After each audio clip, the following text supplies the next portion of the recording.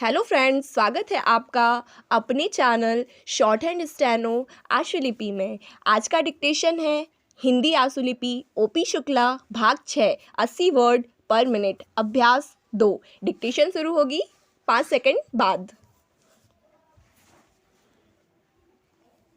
Start. अंग्रेजी को राष्ट्रभाषाओं की सूची में सम्मिलित करने के लिए जो सुझाव सदन के सामने आया है उसका विरोध हम इसलिए नहीं कर रहे हैं कि हमें किसी भाषा से दुश्मनी है। हम यदि अंग्रेजी भाषा के आधार पर विद्वान बने हैं तो यही कहकर कि हम उसी के द्वारा बने रह सकते हैं, हिंदी को पीछे रखना उचित नहीं है। यह भ्रम सारे देश में फैलाया जा रहा है कि हिंदी से हमारी प्रगति नहीं हो सकती है। इसके विपरीत मैं देखता हूँ कि देश को यदि कोई भाषा दो भागों में बांट रही है तो वह अंग्रेजी भाषा ही है। जिसको हिंदी नहीं आती वे समझते हैं कि हिंदी पढ़े लिखे लोग उन पर हावी हो जाएंगे। मेरी समझ में तो यह बात नहीं आती जो आदमी विदेशी भाषा का पंडित बन सकता है उसे हिंदी का साधारण ज्ञान प्राप्त करने में कौन सी कठिनाई आ सकती है। हिंदी तो इतनी सरल भाषा है कि थोड़े से संपर्क से ही आदमी हिंदी जान लेता है और अपने भाव प्रकट कर लेता है।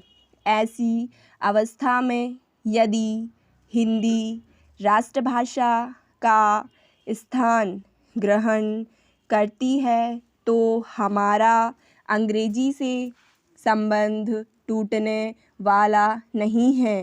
हर देश की अपनी एक भाषा होती है जिससे लोगों के विचारों का आदान प्रदान होता है और वे अपनी समस्याओं को समझते हुए उन्हें सुलझाते हुए आगे बढ़ सकें।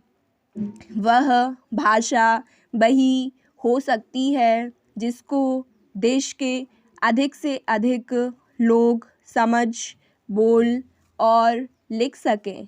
इस देश में केवल हिंदी को ही ऐसा स्थान प्राप्त है। फिर हमें हिंदी को देश की राष्ट्र भाषा बनाने के लिए क्यों आपत्ति है। यदि हम इस प्रस्ताव को जो कि हमारे सामने पेश है स्वीकार करते हैं तो मेरा यह निश्चित मत है कि जिस दास्ता के बंधन से हम निकलने की कोशिश कर रहे हैं उससे हम नहीं निकल पाएंगे। पैरा। अंत में मेरा माननीय सदस्यों से निवेदन है कि वे केवल अपनी पार्टी की आज्ञा को ना देखें बल्कि अपनी बुद्धि से काम लें और इस प्रस्ताव का विरोध करें। यदि यह प्रस्ताव पास हो जाता है जो कि बाद में कानून बनने वाला है तो वह आज़ादी जो हमने 200 सालों के बाद प्राप्त की है उसके फलने फूलने में बाधा आ सकती है। मैं सदस्य महोदय से भी प्रार्थना करूँगा कि वह अपना प्रस्ताव वापस ले लें। स्टॉप।